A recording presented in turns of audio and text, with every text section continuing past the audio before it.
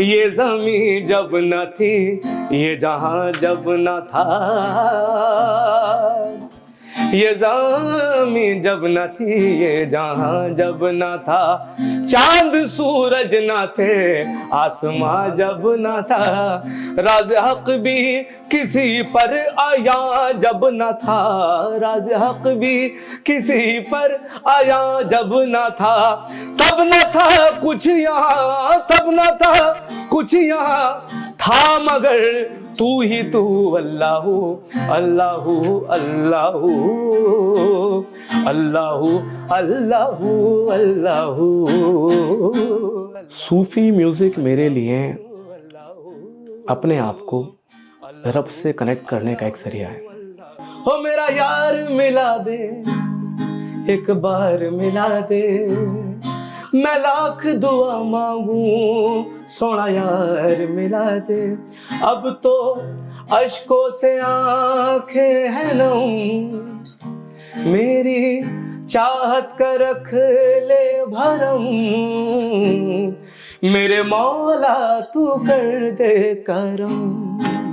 3 दिन का Dubai expo festival था। प्रिंस करीम आगा खान साहब तशरीफ ला रहे थे दुबई में।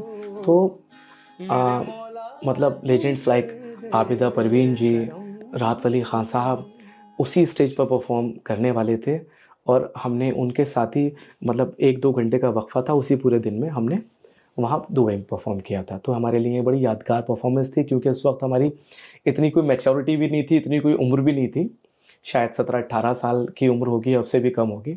तो मेरे लिए वो बड़ी यादगार परफॉर्मेंस है और मेरे लिए बहुत उस ज़माने में उस वक्त ये बहुत बड़ी एक अचीवमेंट था मेरे लिए कि हम तो मुसाफिर हैं, हम परिंदे हैं, जहाँ का दाना पानी होता है, जहाँ का हुक्म होता है वहाँ चल देते हैं अल्लाह के हुक्म से। तुम जो आ जाते हो मस्जिद में अदा करने नमाज, तुमको मालूम है कितनों की क़ज़ा होती है, कैसे लहरा के तू रूबरू आ गए। आदाब, आवाज़ दी वॉइस के स्पेशल पॉडकास्ट में आपका खुशामदीद है। हर सुर की एक पहचान होती है और हर आवाज़ के पीछे एक सफ़र होता है। आज मेरे साथ जो मेहमान हैं ये किसी तारुफ के मोहताज नहीं हैं। सूफ़ी म्यूज़िक में इनका अच्छा खासा नाम है। ये समीर खान साहब हैं, आज हमारे स्टूडियो में तशरीफ़ आवर हैं। इनसे जानेंगे सूफ़ी म्यूज़िक के बारे में, इनकी जर्नी के बारे में, क्योंकि ये हिंदुस्तान के साथ साथ ग्लोबली भी परफॉर्म करता है। समीर खान साहब बहुत बहुत खुशामदीद। शुक्रिया। देखिए, हमारी ऑडियंस जो है वो आपको पहली बार देख रहे हैं। माशाल्लाह से आप ग्लोबली परफॉर्म करते हैं, लेकिन हमारी ऑडियंस जानना चाहेंगे कि समीर खान साहब आते कहाँ से हैं, सूफ़ी म्यूज़िक का जो सिलसिला है कैसे शुरू हुआ? जी, अस्सलाम वालेकुम। मैं रामपुर से ताल्लुक़ रखता हूँ और रामपुर हमेशा से ही अदबी इंस्टीट्यूशन रहा है। रामपुर ने बहुत बड़े बड़े उस्ताद, शायर दुनिया को दिए हैं, बहुत बहुत बड़े मौसीकी के गवैये उस्ताद दिए हैं। तो रामपुर शुरुआत से ही एक इल्म और फ़ाइन आर्ट्स का इंस्टीट्यूशन रहा है। तो मेरी खुशनसीबी है कि उसी शहर में मैं पैदा हुआ हूँ और आज दुनिया में मैं अपने शहर को रिज़ेम्बल करता हूँ अल्लाह के करम से। तो आपका मानना है कि आप रामपुर घराने से ताल्लुक़ रखते हैं। जी। पहले मैं मतलब बिफोर स्टार्टिंग दिस पॉडकास्ट मैं ये जानना चाहूँगा, ये घराना क्या होता है? सूफ़ी मतलब जो भी सूफ़ी सिंगर होता है उनका अपना एक घराना होता है, दिल्ली घराना, रामपुर घराना। तो कितनी अहमियत होती है एक घराने के साथ ताल्लुक़ रखने की, और रामपुर घराना क्या है? जी, रामपुर सहसवान घराना हमारे बुज़ुर्गों का घराना है जो क्लासिकल म्यूज़िक से ताल्लुक़ रखता है और बड़े बड़े उस्ताद दिग्गज इस घराने में गवैये और उस्ताद पैदा हुए हैं, जिनमें मैं नाम लूँगा। मेरी खुशनसीबी है कि मैं उस घराने से और उनका बच्चा हूँ। उस्ताद मुश्ताक हुसैन ख़ान साहब मेरे सगे परदादा, जो हिंदुस्तान के पहले पद्म भूषण अवॉर्डी रेसिपिएंट रहे हैं, ये हमारे लिए फ़ख्र की बात है। और उस्ताद इनायत हुसैन ख़ान साहब जो उनके उस्ताद थे, वहाँ से घराना शुरू हुआ है। घराना और पहले से चल रहा था, बट जो आप समझिए दुनिया में जो नाम और जो पहचान बनी वो उस्ताद इनायत हुसैन ख़ान साहब के ज़रिए बनी और उनके शागिर्दों में उस्ताद मुश्ताक हुसैन ख़ान साहब और उस्ताद निसार हुसैन ख़ान साहब, जो भी पद्म भूषण अवॉर्डी, और इनके साथ साथ बड़े बड़े नाम हैं, और अल्हम्दुलिल्लाह कई पद्म अवार्ड्स हमारे घराने में आ चुके हैं। मैं तो एक अदना सा एक इस घराने की मतलब एक धूल हूँ, जो मैं अपने आप को कहूँगा, मगर मेरी खुशनसीबी है कि मैं इन बुज़ुर्गों का बच्चा हूँ। नहीं, आप ग्लोबली परफॉर्म करते हैं, आप देश के दूसरे मुल्कों में भी परफॉर्म करते हैं और लोग आपकी परफॉर्मेंस को काफ़ी सारा प्यार देते हैं। हमने सोशल मीडिया और आपके इंस्टाग्राम पे भी देखा। तो ऐसा लगता है कि म्यूज़िक बचपन से ही आपके हवा में थी, आपके घर के हवा में थी। तो किस जी, तरह से आपने अपने आप में उसको इन्वॉल्व किया? बिल्कुल कह सकते हैं आप कि म्यूज़िक हमारे खून में है, और हमारी आबो-हवा में म्यूज़िक, बहुत अच्छी बात कही आपने। हुँ, बात बिल्कुल ठीक है आपकी। रामपुर में जिस जगह, जिस घर में मैं पैदा हुआ, मेरे कानों में बचपन से बंदिशों की, रागों की, रागनियों की आवाज़ें पड़ीं, और मेरी खुशकिस्मती है कि मेरे पहले उस्ताद भी मैं उनको कहूँगा, और अल्लाह उनको सलामत रखे, उस्ताद सखावत हुसैन ख़ान साहब, जो मेरे चाचा लगते हैं। तो हमारा बचपन कुछ ऐसे ही गुज़रा है कि जब हम स्कूल जाते होते थे, और हमारे यहाँ शागिर्द आ रहे होते थे, और सुबह-सुबह राग भैरव पे, भैरवी पे रियाज़ चलता होता, तो हमारे चाचा और हमारे बड़े ताया मरहूम उस्ताद शुजात हुसैन खां साहब रियाज़ करवा रहे होते। तो वहीं से हमें ये सब चीज़ें मिलना शुरू हो गई। हमने अपने बुज़ुर्गों की सोहबत उठाई, कानों में बंदिशें पड़ती चली गईं, कानों में राग, रागिनी, सुर पड़ते चले गए। तो वही हमारी स्टार्टिंग है एक तरीक़े से। काफ़ी अरसे से आप म्यूज़िक में हैं, काफ़ी जगह परफ़ॉर्म भी किया है, लेकिन हम जानना चाहेंगे कि जब पहली बार आपने स्टेज पे आपने परफ़ॉर्म किया, तो वो मोमेंट हमारे साथ शेयर करिए, क्या कुछ कहानी थी? बड़ा क्या दिलचस्प महसूस कर रहे थे क्या तब? बात है! बड़ा दिलचस्प किस्सा है इसके पीछे भी।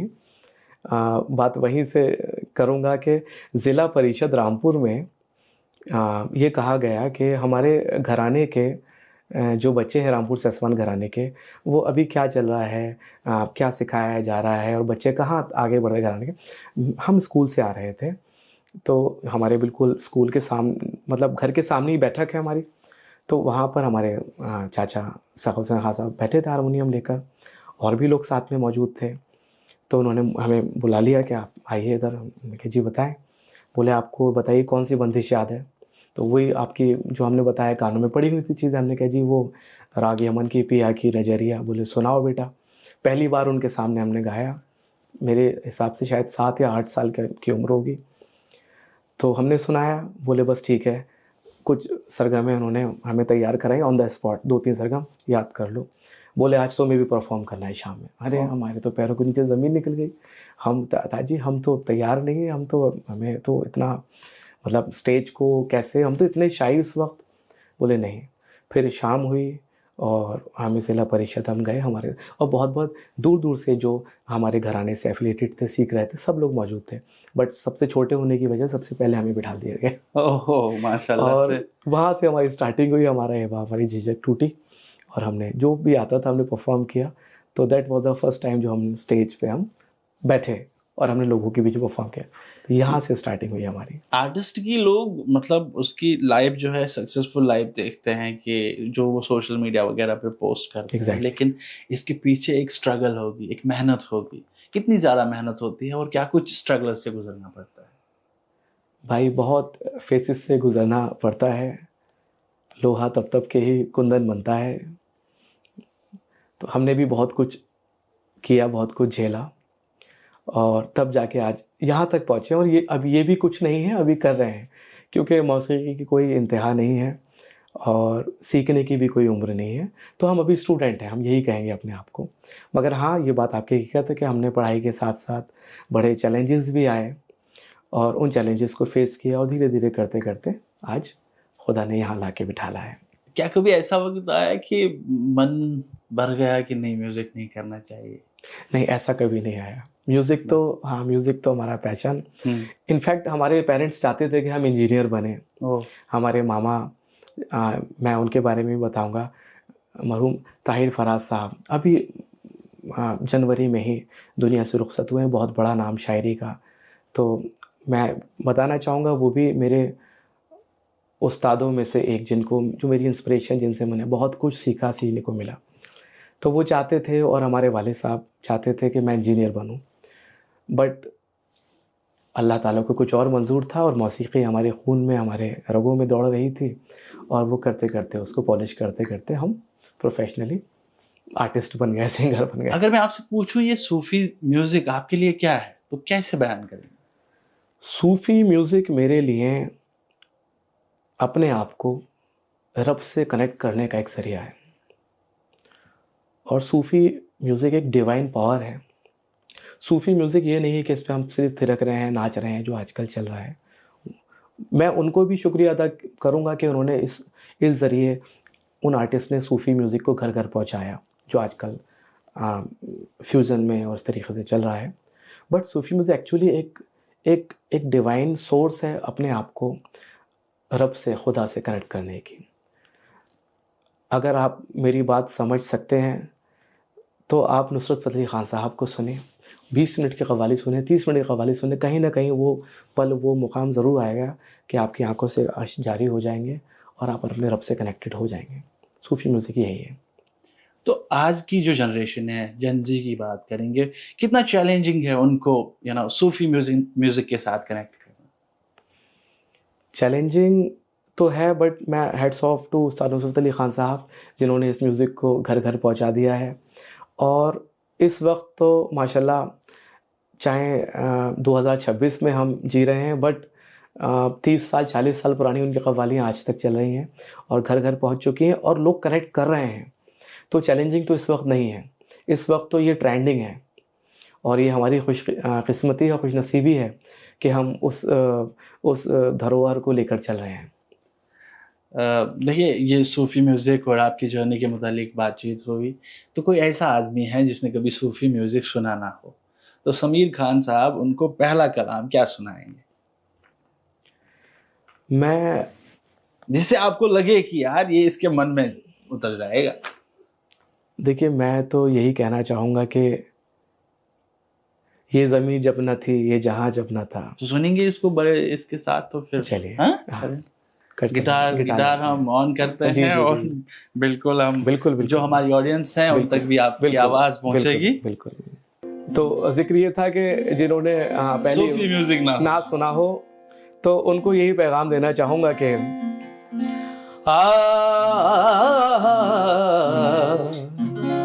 नीरे मागा मारे नी पासा, मालिकुल मुल्क ला शरीक लहू, वहदहू ला इलाहा इल्लहू। सारे मा पा नी सा नी पा मा पा मारे, रे मा पा मारे नी पासा।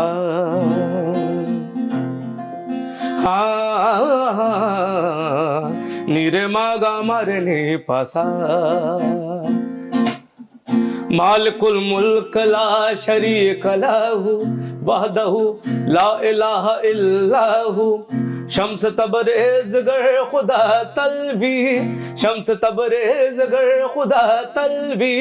खुशबू वाला इलाहा इल्लहू, अल्लाहू अल्लाहू अल्लाहू, अल्लाहू अल्लाहू अल्लाहू, अल्लाहू अल्लाहू अल्लाहू, अल्लाहू अल्लाहू अल्लाहू। ये ज़मीं जब न थी, ये जहां जब न था, ये ज़मीं जब न थी, ये जहां जब न था। चांद सूरज न थे, आसमां जब न था। राज हक भी किसी पर आया जब न था, राज हक भी किसी पर आया जब न था। तब न था कुछ यहाँ, तब न था कुछ यहाँ, था मगर तू ही तू। अल्लाहू अल्लाहू अल्लाहू, अल्लाहू अल्लाहू अल्लाहू, अल्लाहू अल्लाहू अल्लाहू, अल्लाहू अल्लाहू अल्लाहू। बहुत खूब, बहुत खूब। इसी पैगाम के साथ मैं स्टार्ट करना चाहूँगा। अच्छा, वो तो दिल में उतर जाएगी। और आप इंटरनेशनली परफॉर्म करते हैं, इंडियन और इंटरनेशनल ऑडियंस में क्या फ़र्क रहेगा? अगर सूफ़ी के हवाले से बात करें तो कोई फ़र्क नहीं है, क्योंकि सूफ़ी म्यूज़िक को लैंग्वेजेस की ज़रूरत नहीं है जी। और अलग अलग जगह के रिलीजन या रीजनल लोगों का इख्तलाफात या मुख्तलिफ लोगों की ज़रूरत नहीं है। सूफ़ी म्यूज़िक दिल में उतरता है और सूफ़ी म्यूज़िक की सुर, उसकी पावर जो है वो उतरती है दिल में, और ये मैंने महसूस भी किया है। मैंने मलेशिया परफॉर्म किया है, गल्फ़ कंट्रीज़ में परफॉर्म किया है, तो जो लोग समझ भी नहीं पा रहे हैं, बाद में उन्होंने मुझसे कहा इंग्लिश में कि हम नहीं समझ पाए, वर्ड्स नहीं समझ पाए, मगर आप जो भी कर रहे थे हम दिल चाह रहा था उसमें झूमें। ओह! तो ये सूफ़ी म्यूज़िक की ताकत है कि जितना एन्जॉयमेंट हिंदुस्तान में होता है, ऐसे ही हमने जहाँ-जहाँ परफॉर्म किया, टच वुड, सब लोगों ने हमने उसको इतना ही हमने पहली परफॉर्मेंस का तो ज़िक्र किया कि कैसे वो सब मतलब जी, स्टेज पे जब आप जी। गए। अब हम पहले इंटरनेशनल परफॉर्मेंस का किस्सा सुनना चाहेंगे। कैसे मतलब कौन-सी कंट्री थी? क्या कुछ कहानी है? ज़रा हमारे नाज़रीन को बताएँ। सबसे पहले मैं मलेशिया गया था, वहाँ परफॉर्मेंस हमारी हुई थी 2007 या 8 की बात है। ओह! और एक बड़ी यादगार परफॉर्मेंस हमारी दुबई की है, जो मुझे ये शर्फ़ हासिल हुआ कि मैं उसी स्टेज पर बैठ के मैंने परफॉर्म करा। 3 दिन का दुबई एक्सपो फेस्टिवल था, प्रिंस बिल्कुल, करीम आगा खान साहब तशरीफ़ ला रहे थे बिल्कुल। दुबई में। तो अ, मतलब लेजेंड्स लाइक आबिदा परवीन जी, राहत फ़ली ख़ान साहब उसी स्टेज पर परफ़ॉर्म करने वाले थे, और हमने उनके साथ ही मतलब 1-2 घंटे का वक़्फ़ा था, उसी पूरे दिन में हमने वहाँ दुबई में परफ़ॉर्म किया था। तो हमारे लिए बड़ी यादगार परफ़ॉर्मेंस थी, क्योंकि उस वक़्त हमारी इतनी कोई मैच्योरिटी भी नहीं थी, इतनी कोई उम्र भी नहीं थी। शायद 17-18 साल की उम्र होगी या उससे भी कम होगी। तो मेरे लिए वो बड़ी यादगार परफ़ॉर्मेंस है, और मेरे लिए बहुत उस ज़माने में, उस वक़्त ये बहुत बड़ी एक अचीवमेंट था मेरे लिए। देखिए, हमने जब आपको पॉडकास्ट के लिए बोला तो हमें भी काफ़ी महीने वेट करना पड़ा जी, और जी, जी। आपका डेट मिला। जी, जी, जी, ये जी, जो बिल्कुल। ये जो लोग आपको मतलब इन्विटेशन भेजते हैं, बुक करते हैं, तो किस तरह के प्रोसेस के थ्रू गुज़रना पड़ता है और किस तरह से आपका ये शेड्यूलिंग वग़ैरह ये सब होता है?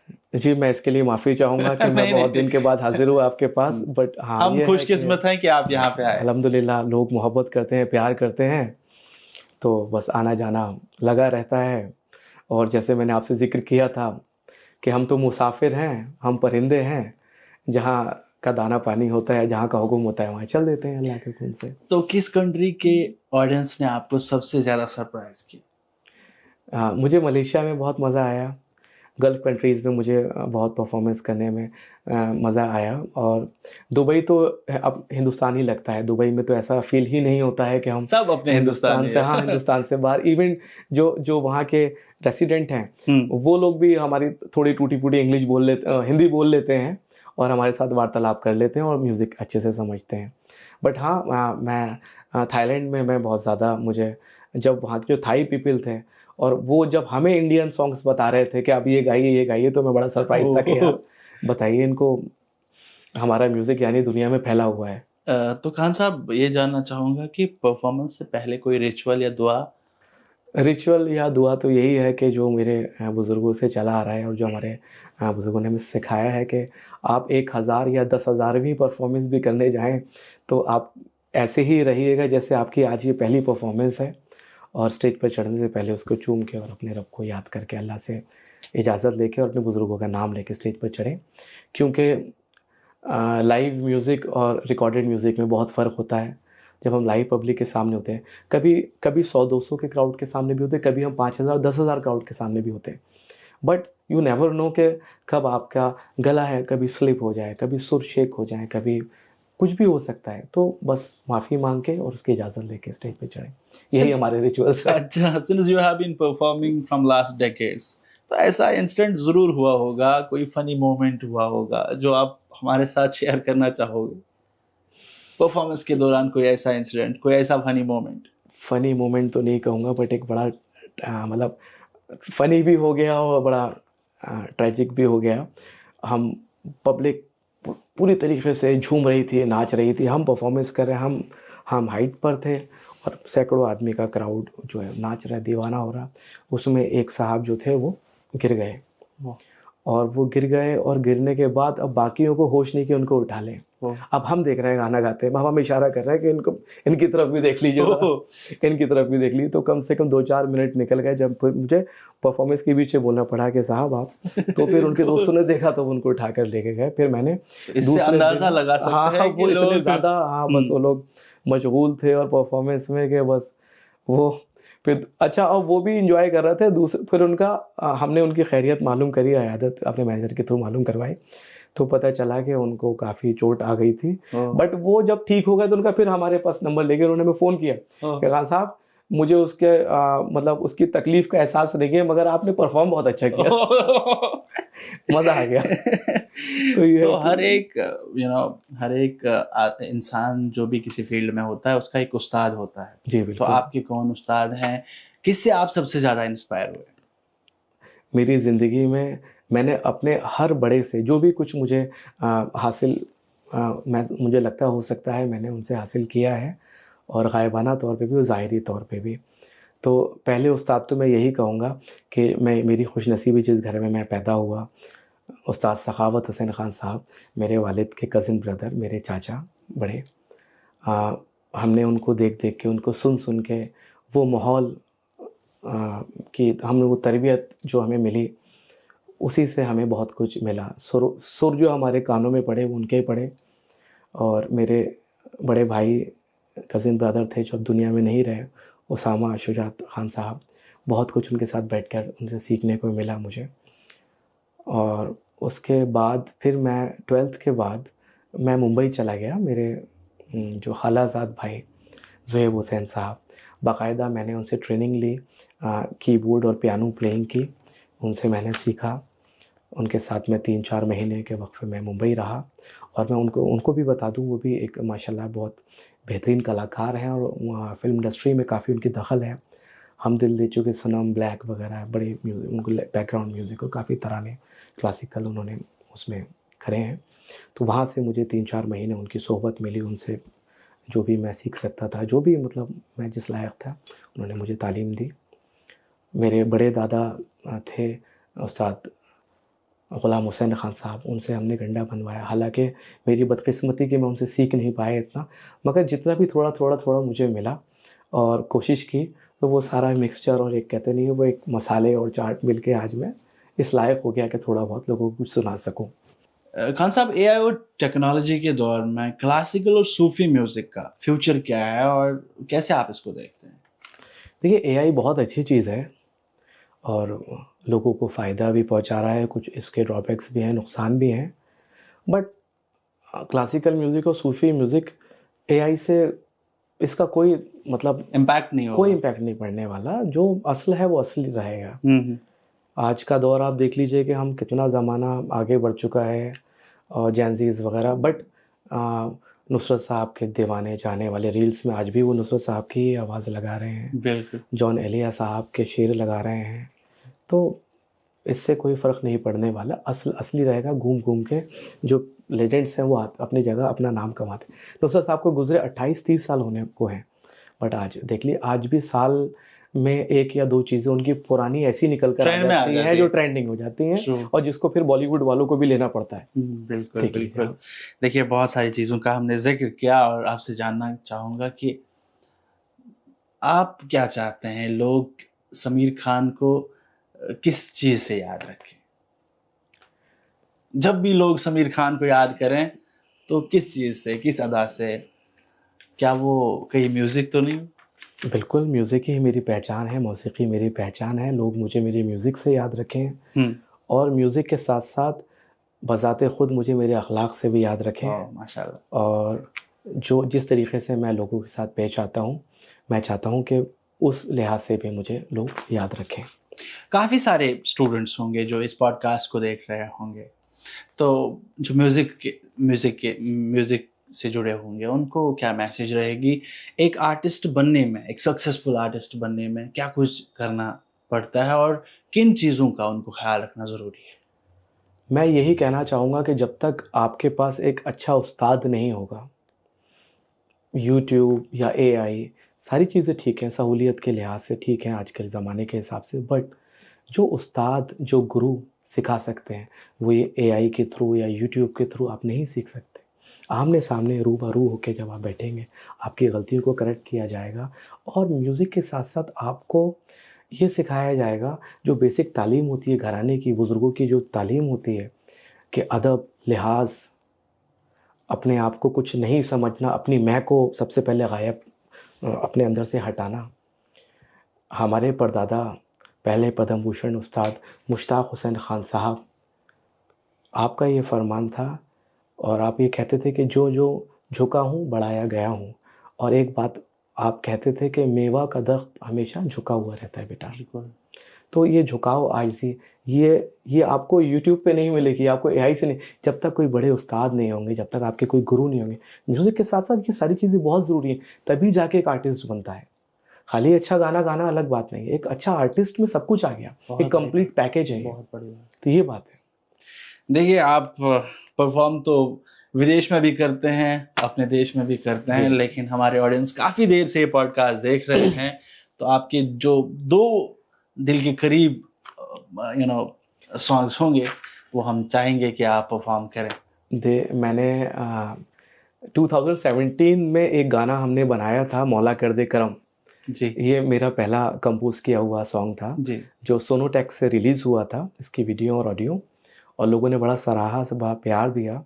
और 2 दिन में हमें बोला गया था कि खान साहब ये प्लेटफॉर्म जो ओनर्स हैं सोनोटेक के, उनकी तरफ से पैगाम आया था कि हमारा चैनल जो है वो रीजनल म्यूज़िक बनाता है और हरियाणवी सॉन्ग्स बनाता है, पंजाबी बनाता है। हम कुछ सूफ़ी, यानी 2017 में से 9-10 साल पहले उन्होंने ये ट्राई किया कि सूफ़ी चाहते, तो वाहिद एक अकेला सूफ़ी सॉन्ग मेरा सोनोटेक से निकला हुआ है। वो 2 दिन का मुझे वक्फ़ा मिला, मैंने गाना लिखा, मैंने नहीं लिखा, अल्लाह ने लिखवाया मुझसे, पूरा गाना लिखा, उसको कंपोज़ किया मैंने उसको, और उसको जाके रिकॉर्ड किया, फिर उसकी वीडियो आई और लोगों को पसंद आया, तो 2 बोल मैं वो गुनगुनाना चाहता हूँ। डेफिनेटली। मौला मौला मौला मौला दम दम दम मौला अली अली, दम दम दम मौला अली अली, दम दम दम मौला अली अली, दम दम दम मौला अली। हो मेरा यार मिला दे, एक बार मिला दे, मैं लाख दुआ मांगू, सोना यार मिला दे। अब तो अश्कों से आंखें हैं नम, मेरी चाहत का रख ले भरम, मेरे मौला तू कर दे करम, मेरे मौला तू कर दे करम, मेरे मौला तू कर दे करम। ये गाना था। इसके पीछे क्या कहानी है? कहीं हार्ट ब्रेक तो नहीं हुआ था? नहीं, बस ये हो गया, अंदर से निकल कर आया। अच्छा। तो हमने नुसरत साहब का भी जिक्र किया जी। तो मुझे लगता है कि अगर उनके कलाम को यहाँ पढ़ा जाए तो आई थिंक खयानत नहीं होगी। तो ये तो उनके बिना मैं यही कहूँगा कि सूफ़ी का जिक्र करना, सूफीज़्म का जिक्र करना और बिल्कुल अधूरा है। कव्वाली का जिक्र बिल्कुल अधूरा है उनके। तो वो उनसे आज पूरी दुनिया, इस प्लेनेट में अगर कोई कव्वाली सूफ़ी को जानता है तो उस्ताद नुसरत अली खान साहब की बदौलत। वैसे उनसे पहले भी बड़े बड़े उस्ताद दिग्गज, मकबूल फरीद साबरी साहब और बहुत हमारे घराने के उस्ताद जाफर हुसैन खान बदायूं साहब गुजरे, बट ग्लोबली अगर मैं कहूँगा नुसरत साहब से। तो नुसरत साहब की जो आपके दिल के करीब, वैसे तो सारी कोशिश करूँ। प्लीज।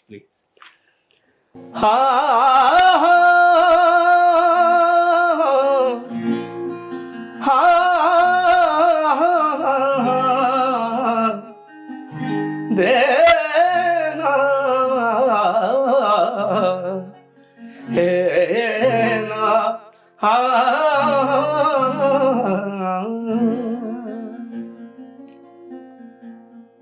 अच्छी सूरत को संवरने की जरूरत क्या है,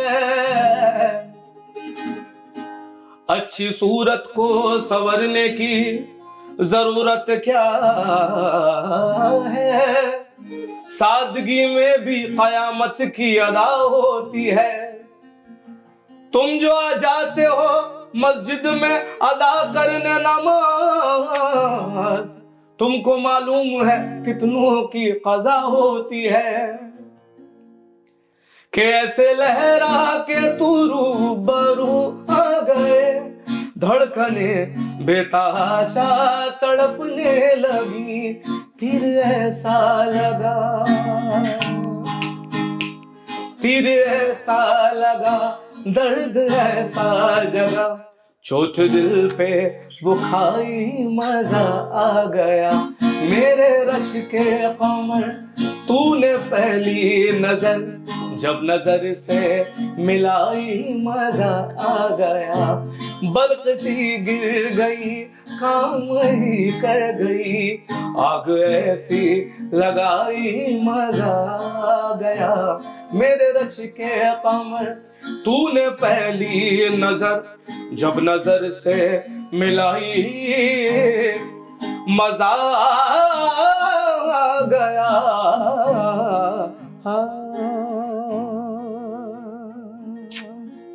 बहुत खूब, थैंक यू, बहुत शुक्रिया। बहुत खूब। तो हमने सब चीज़ों का जिक्र किया, आपकी मोहब्बत में हाजिर हो गया हूँ, गला बिल्कुल काम नहीं कर रहा। अरे अरे बहुत शुक्रिया, बहुत शुक्रिया। तो हमने सब चीज़ों का जिक्र किया, लेकिन जो एक आर्टिस्ट के पीछे हथियार होते हैं, बैकबोन्स होते हैं, लाइक गिटार बजा रहे हैं बिल्कुल अभी बिल्कुल अलीम भाई, बिल्कुल। तो इन सब चीज़ों के मुतालिक हमें बताएं मोस्टली क्या चीज़ें ज़रूरी होती है और आपके साथ कौन रहता है 24/7। अगर कहीं पे शो करना है तो कौन बंदा आपके साथ है और किसके बिना शो पॉसिबल ही नहीं। देखिए, बिल्कुल बहुत अच्छा जिक्र किया आपने। ये एक टीम वर्क है और अकेला सिंगर, अकेला आर्टिस्ट, कितने बड़े से बड़े उस्ताद हों, कभी आपने नहीं देखा होगा कि अकेले बैठे कॉन्सर्ट कर रहे हैं। सुर और ताल ये संगम है। आर्टिस्ट एक सिंगर रिदम के बिना अधूरा है, यानी तबला के बिना अधूरा है। तो बेसिक सबसे पहली नीड जो एक कलाकार की, आर्टिस्ट सिंगर की, वो है तबला, रिदम। उसके बाद आ जाता है म्यूज़िक, हारमोनियम या गिटार या सारंगी या फ्लूट, कीबोर्ड, तो ये उसके बाद आता है। बट बेसिक नीड है रिदम। तो मेरी भी टीम है, मेरा ऑफिशियल बैंड है महफिल मुर्शिद बैंड है, जो मेरे साथी, we have got more than 14 people in our band, touchwood. तो और एक एक सिपाही जो है हमारा, वो सिपाही नहीं है, वो हमारा सिपह सलार है, जिनके बिना हम अधूरे हैं। वो आगे आगे हैं, हम उनके पीछे पीछे हैं। तो ये एक बड़ा टीम वर्क है। बहुत अच्छा जिक्र किया आपने। और मेरे साथ जो 24/7 रहते हैं, वो मेरे कज़िन ब्रदर, मेरे छोटे भाई अलीम नियाज़ी हैं, जो मेरे साथ रहते हैं, हमें मैनेज भी करते हैं। वो बहुत बेहतरीन गिटारिस्ट हैं। ये हमेशा मेरे साथ मिलेंगे। और 2 हमारे मैनेजर्स हैं, वो भी हमारे साथ में रहते हैं। ग्रेट। तो बिफोर क्लोजिंग अवर पॉडकास्ट, वाइंडिंग अप, मैं आपसे कुछ रैपिड फाइट सवाल पूछूंगा। तो कोशिश आपको करता एक चूज करना होगा, रियाज या रिकॉर्डिंग? रियाज। महफिल या स्टेडियम? महफिल। क्लासिकल या सूफी? सूफी। मॉर्निंग रियाज या मिडनाइट रियाज? मिडनाइट रियाज। एक राग जो आपने अभी तक ट्राई नहीं किया हो, कोई ऐसा राग? बहुत से राग हैं, राग की तो कोई इंतहा नहीं है, कोई था नहीं है। हज़ारों मीन्स ठाट हैं और उनके राग निकले हुए हैं। और कोई ऐसा राग जिससे आप कभी थके नहीं हो, जो आप बार बार करना चाहते हैं? भाई वो राग हो गया, राग यमन हो गया, भैरवी हो गया, भैरव हो गया, और जो मेरे दिल के करीब हैं राग, उनमें पूरे धनश्री है, मधुवंती है, जो मुझे बहुत पसंद है। तो ऐसे बहुत सारे राग हैं जो मुझे बहुत वन वर्ड फॉर म्यूजिक? ये एक समंदर है, समंदर, sea, ocean. One word for Sufism? Divine. One word for success? Keep on trying, keep on बस मेहनत। फैम या लेगेसी? फैम। बहुत शुक्रिया आपने हमारे साथ अपना वक्त गुजार के हमारे साथ बातचीत की। कोई फाइनल मैसेज जो आप हमारे ऑडियंस तक पहुंचाना चाहो? मैं मैसेज यही पहुंचाना चाहूँगा कि आप इस चैनल से जुड़े रहें और आवाज़ द वॉइस, नाम ही इतना खूबसूरत है, आवाज़ द वॉइस। तो हम जैसे की जो आवाज़ है उसको आप तक पहुंचा रहा है ये चैनल, बहुत अच्छा काम कर रहा है, पूरी टीम और पूरा आपका स्टूडियो। तो मेरी यही बेस्ट विशेज़ हैं, मेरी दुआएं हैं। और ऑडियंस से यही कहना चाहूँगा कि आप इसको जितना देखें, जितना ज़्यादा शेयर करें और लोगों तक पहुँचाएँ, तो उतना ही अच्छा होगा, और हम जैसे कलाकारों को, आर्टिस्टों को आप सुनते रहें और सराहते रहें। बहुत शुक्रिया। अस्सलाम वालेकुम। ये थे ग्लोबली परफॉर्म करने वाले सूफी सिंगर समीर खान साहब। नेक्स्ट पॉडकास्ट में हम किसी और गेस्ट के साथ मौजूद होंगे। तब तक के लिए खुदा हाफिज़।